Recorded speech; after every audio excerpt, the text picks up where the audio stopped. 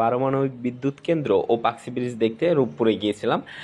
সেইখানে গিয়ে আমি আমার এম পরীক্ষা করতে চাইলাম, তাই একটা পিস্তল নিলাম এবং বেলুনের দিকে গুলি ছুটতে লাগলাম। আলহামদুলিল্লাহ আমার এমটা ভালো আছে। আমি বারবারই ওই যে বেলুন 5টা বেলুনকে ফাটিয়েছি, যদিও জায়গার দূরত্বটা অনেক অল্প।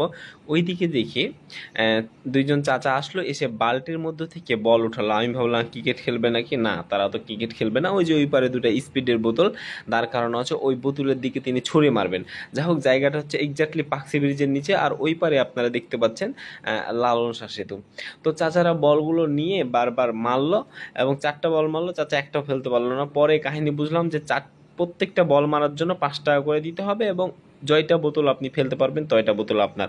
তো ভাবলাম ঠিক আছে, আমি ওই খেলাটা খেলি, মন্দ হয় না। তো ওইখানে দেখেন স্পিডের বোতল দাঁড় করানো আছে এবং এইখানে বল, এইখান থেকে বল নিয়ে এই যে এই বাসটা আছে না, এই বাসের জায়গা থেকে বল ছুঁড়ে মারতে হবে। জয়টা বোতল আপনি ফেলতে পারবেন তয়টা বোতল আপনার এবং প্রত্যেকটা যেন 5 টাকা দিতে হবে। আমি প্রথমে ট্রাই করলাম, প্রথমটা মারলাম, বা আলহামদুলিল্লাহ প্রথমটাই ফেলে দিলাম, পরেরটা মারলাম আবার, তো পরেরটাও ফেলে দিলাম। এখন তো আমি খুবই আনন্দিত এবং উত্তেজিত। এখন চাচা আমাকে বলে, আমি ভাবলাম যে আর মারবো না, কিন্তু চাচা বলে না আরও 2টা মারো।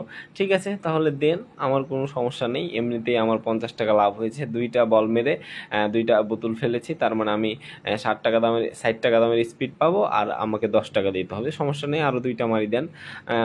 তো পরেরটা আমি খুব আনন্দিত এবং উত্তেজিত, ভালোভাবে এম করতে পারিনি, মারলাম, লাগলো না, মিস শট, এবং কিন্তু আমি হার মানার পাত্র না, এজন্য আবারও ট্রাই করলাম, মারলাম এবং স্ট্রাইক করলো এবং দুটোই পড়ে গেল।